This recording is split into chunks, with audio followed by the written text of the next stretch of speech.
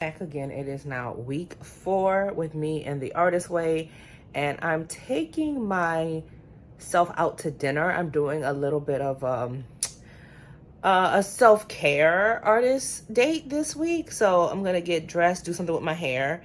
My hair is miscut. I need to find somebody to evenly cut it. I just realized one side is cut different from the other, so I'm dealing with that right now and having a crisis on it. And I'm going to be taking myself on a little artist date. Now, it has been requested that I pay the max tax. This is Max. This is my dog. This is my dog, Max. I will try to remember to pay the max tax in my vlogs going forward, but I'm about to get dressed so I can go to this restaurant that is right down the street from my house that I've never been to. Like I said, I stay in my house like a little hobbit, and I don't even visit like the local businesses around me. So I'm gonna go get dinner and take myself on my artist date and take myself on a date, because I feel like I'm married, and even before I got married, well, I've been married a long time. Before this husband, I had an ex-husband who was trash. I digress. I'm always looking for somebody else to take me out to dinner. Trust me, I've gone to the movies, gone to dinner, done a lot of things by myself before, but it's been a while, and I need to get to the point to where I can dress up and take me out. Now, I'm not dressing up a lot because I have to walk there, and I hate walking. I hate walking. Can I help you? Can I help you?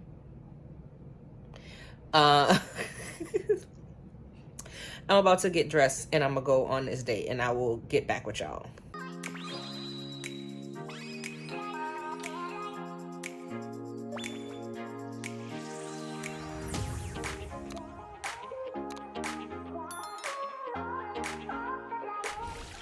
I want to add that this is also the point in the book where I'm not allowed to read or participate in social media a lot, because I will doom scroll to the end of all time.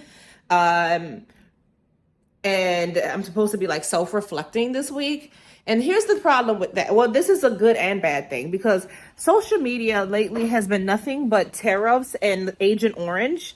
And I'm trying, so I don't have as much fear right now about those things as I would have if I was constantly on social media.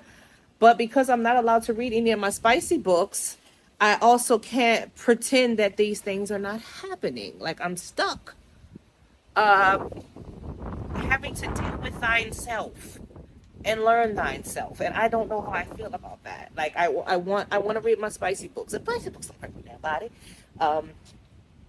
But it is forcing me to look at the reality of things. Because like I said, I am planning out my journey, and I'm planning out what I want to do with my art business, my career, and my soul. And I have to look at the world realistically, and you can't hide. So yeah, that's what the book. See, that's I want to read my spicy books, because then I start to think about too damn much. Here, go play, Max. Go play. Whoa, sorry, Max. Hey, Max. You okay? Yeah. Stop eating the grass. Stop eating the freaking grass. Go play. Go run free in the backyard of the house that we pay for. We made it to the restaurant. Let's go in. This is why I work with Babbitt with 40 years of experience and 2 million installs. And because things are going so well between us lately, and I've been really happy. Chickens. I'm walking home and there's chickens. I wonder if they lay eggs. They're running. They know they heard me say eggs.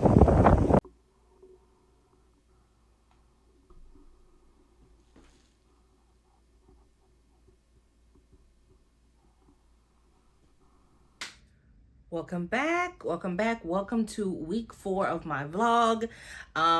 Do y'all like this lighting? I'm trying something different. I'm trying to set a mood, an experience. So I've got some like magenta lighting going on in here. So I hope it kind of sets the tone. I'm probably still greasy as hell because once again, I did not put on foundation. One of these days, y'all gonna turn on this dang vlog and you are going to see a whole different person on here. But for now, it's just me. It's just me getting to the point where I feel comfortable in front of the camera. Because if you know anything about me, I would rather hide. I would rather be in my hobbit hole like the hobbit that I am. Fabulous hobbit, but a hobbit nonetheless. So for once, I'm actually shooting the storytelling part of the vlog on the same day that I did the artist date. Now, this was not the original artist date that I had planned. I originally was supposed to go spend time quietly in a coffee shop and sketch. I was giving myself an easy one, which, by the way, the book does not say you have to do these grandiose artist dates. You know, these are just, dang, it is windy outside. Oh my God. That is the reason why I changed my artist date, because we're supposed to be having bad weather. So while we had like decent weather and I could walk outside, I decided to take myself on a self-care date to some place that I can fully control getting to all by myself. Because as I've mentioned before, I don't drive. And before you get in my comments or tell me you should be driving, look at here. The laws of physics and me, meaning me plus car plus road equals tree. Don't question me. That is an actual equation. Einstein wrote that down, okay? One day maybe, but right now, me, car, tree. That's the equation, okay? Now that we got that out the way, you don't have to keep putting that on me, because as you can see, I am still getting things done that are supposed to get done, and now I'm going on a tangent down the road. Anyway, no, I'm not editing that part out. I told y'all can get the raw and real out of me. If you don't like me, go elsewhere. There's plenty of other creators who do a very good, damn good job of doing their... I did it again. This is ADHD.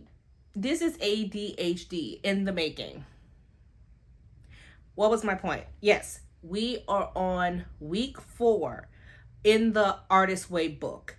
And I'm using that book as I'm guiding myself along on my creative journey and sharing it with you guys, because you're my friend. So one of the things in chapter 4 is that you have to, they call it reading deprivation. I'm probably not saying that D word correctly, but we're not supposed to like read and consume things, because I don't know about anybody else, but I'll get into a book, a manga, a miwa, or I'll just doom scroll to the end of time. I know I mentioned this earlier, and I'm not supposed to be, doing that. This week, we're supposed to give it up and be in tune with our inner artist self and actually working. Because as somebody who does deal with ADHD, I lose time.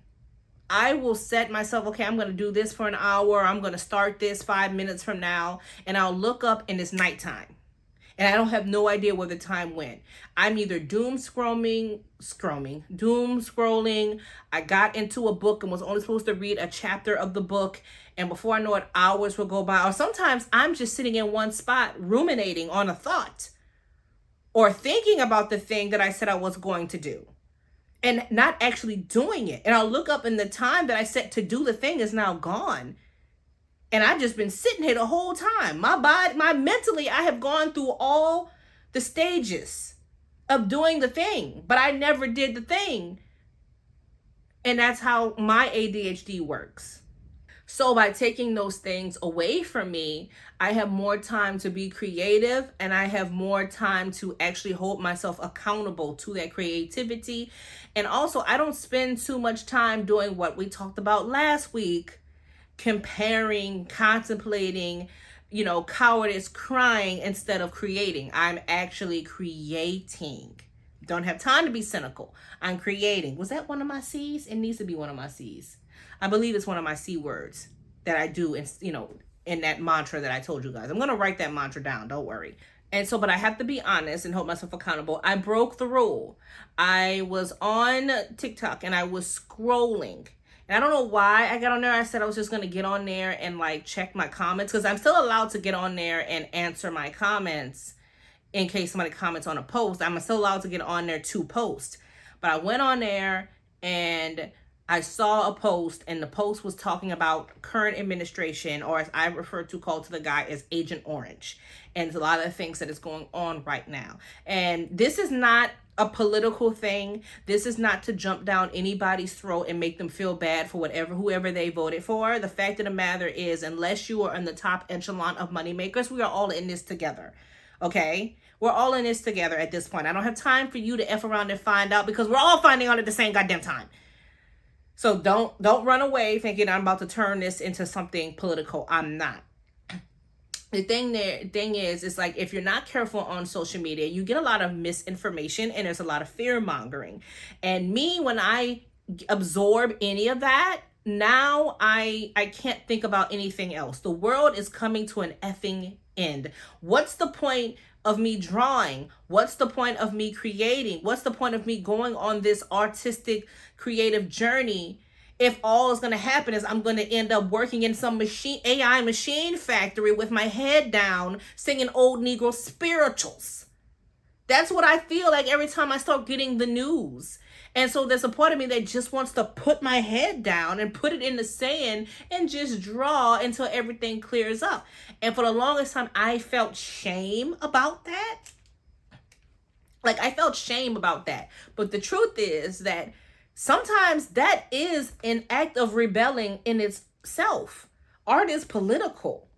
The act of creating art is political. And I'm not just saying that. Anybody who took art history knows how political art is. And that doesn't necessarily mean that the art itself has to be some political propaganda. The art can literally be a flower. But the process of having an original thought and creating that thought and putting that thought on paper, on iPad, on the screen, in song, in cooking, in anything that you do that is an art form, that in itself is political, that in itself is rebelling, that in itself is aligning yourself with the creator. One of the things that this book mentions is that you have a duty as a creator to create, and that is part of your worship. That is part of your devotion. So just because times are hard or rough on a lot of us right now, especially if you're in the USA, your art, your creativity is the answer. Don't ever think that just because all this is going around that you can't still go for your dreams. You're supposed to continue going for your dreams, even when it seems like it doesn't seem realistic to do so. By the way, we don't do realism on this damn channel. I operate from a place of delulu because I'm the type of person, if I stay in realism too long, you might as well. You ever seen Howl's Moving Castle when his hair gets dyed the wrong color because they changed the formula in the bathtub and he just starts melting? That's me. When you try to say, Jonquel, be realistic, I melt into the ground. Like, no, if I can't be beautiful, what's the point of living? If I can't make beautiful things, what's the point of living? Put me in the grave right now. I hate you. That's how I feel. And so that's what I'm going to do. I'm going to keep creating regardless of what's going on. As long as I got these two hands in this mind, I'm going to keep creating. And no, I'm not afraid of AI art. I brought that up in the last video. I'm not afraid of AI art. Hell, I use ChatGPT. Half of the reason why you see me is because Chat me pat me on the back saying you can do it. Yay! Because sometimes the people in your life won't help you with shit. You need that little chat bot. Okay? You need that's your little Wally. You need that little chat bot. Don't be afraid of it. Yes, it makes memes. They say art, it makes memes. It makes memes. And most of us here are not trying to make memes. We're trying to find our highest creative self, okay? Let's not forget that innovation does not take away from art. Art is fluid, art changes. When they invented the printing press, that did not get rid of handwritten. Matter of fact, it made handwritten even more precious. So that is how you have to look at AI and going forward. And as I said before, as a lot of things are changing in the world around us, it is more important now than ever that artists, writers, bakers, craftsmen, crafters, everybody who can steps up and steps into place. We are going to be needed now more than ever. See, I be trying to give entrepreneurial speeches and motivation and stuff, and then my voice just starts taking left wings, and I am not going to edit that out because you got the point. Even though I stumbled, You still got the point of what I said, didn't you? I know. And I don't want you to watch this video and feel like, oh man, she's so big and brave. Half of the things that I do with tears. That is my superpower. I know how to cry and keep working. I know how to go hide in a closet just long enough to pop out, right when you wonder, where the hell is she? I know how to pop out at just the right moment before you realize I was in that dark place. That is my superpower. I can cry and keep working the same damn time. That's why people say, how did you build this YouTube? How did you build a website? How did you do this? Just tears. Tears. Solitude. Sadness. And you work through it. You just work through it, my loves. You just work through it. It's no, like I say, half the stuff I do imposter syndrome anyway. That bitch always tags along with me. One of these days, I'm going to RKO her. And she's gonna just be dead. We're gonna hold a funeral for my former self one of these days. So the cool thing about my artist date, me taking myself out to dinner and out to eat, is because I'm celebrating a small win of mine. Because that's one thing I do not do. I do not celebrate my small wins. I tend to brush them off, or this is not that big a deal, when it is a big deal. This is like my 4th vlog. I'm actually getting in front of the camera and talking to y'all because I don't always like being seen on camera. I'm hypercritical of myself and the way I look. I'm pretty sure that I overlined my eyebrows before I even started the camera, and I think my eyeglasses have a smudge on them. See, I'm doing it on screen. But the thing is, I am a hobby hopping heifer. So the fact that I'm actually in week 4 of this artist journey and I'm vlogging it, and I'm now keeping an active sketchbook and reintroducing my characters, which, side note, I'm going to do a whole video on who these characters are. They are very important to my lore. It's a big deal to me. So yeah, that artist date was both fulfilling the task, and also it was me celebrating myself. So where did this whole idea of that I brush everything off and I don't celebrate myself comes from? Well, I loves me a good story time. So buckle up, babies. Let me tell you about the time that I got bullied by other entrepreneurs and creators to the point to where I was in the closet crying and wanted to give up on every fucking thing. And by the way, I share these stories with y'all to not only release them to the wild, but I feel like sometimes people may see me in my content and wonder, oh my God, who is she? How did she get that far? And I want you to know that I got this far by just keep going, putting myself out there, and I just keep going. I'm not, I don't have this magical Cinderella story. I struggled a lot. I struggled a lot to get to this point. And I want you to know that when you encounter troubles, you can cry, you can cry, put a Band-Aid on it and keep going. This is part of the creative journey. Not all of us are born with a silver spoon. Not all of us come from places where we have a support system. Sometimes you just have to toughen up, buttercup, and go. Sometimes you literally be looking at life, be like, I'm tired of this, Grandpa. Well, it's too damn bad. Hell, we need you to take your place in this creative army. We don't have time for you to quit. Okay? Just remember that. So, picture it. 2011. I think it was a lot. I want to say this is happening. I want to say around 2015, 2016 maybe. I'm just now getting into fashion illustration. I have stopped drawing the cats. I'm no longer drawing the work that I was drawing when I was in college. I am now doing more fashion illustration, and I'm doing so well that a designer that I really, really admired asked me to design some party invitations for them. And I was really excited about it. I wrote up this little contract. I'm not a lawyer. I didn't have the money for a lawyer. Didn't even understand how to work with LegalZoom. So I just wrote up a little contract for them based on what they said they wanted. I was real professional about it. I did some thumbnail sketches, did some colorway sketches. Of course, they told me what colors they wanted, but I still did the thing. I did all the things, got everything approved by them, so everything was approved before I did the sketch.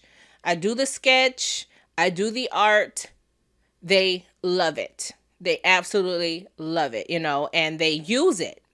Now, months go by. 2, 3, maybe 4 months go by before I send them an email. This is important. Asking how they would feel. I'm asking for permission to include the invitation that I made them in my portfolio. I would take out all identifying information and I would just leave the artwork that I created, all the original artwork that I created. And this would be in my professional portfolio. This would be on my Behance, was my professional portfolio page.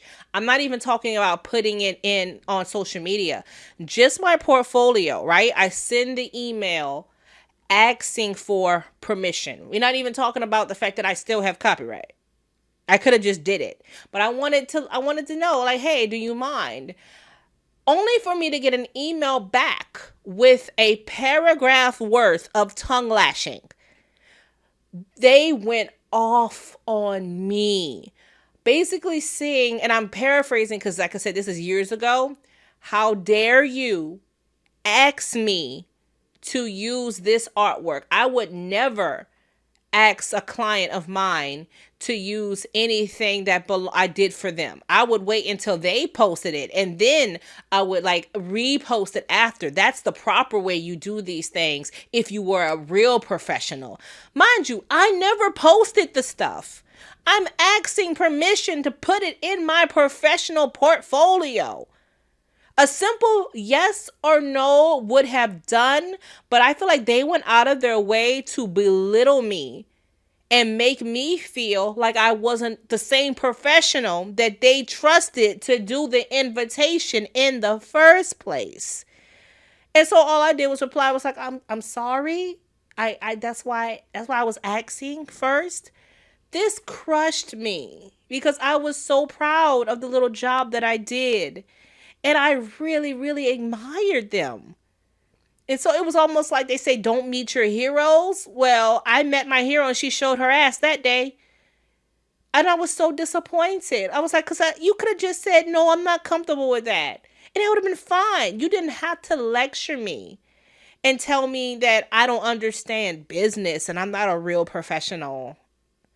Like, that sat with me for a while. I remember crying after I got that email, trying to figure out what I did wrong.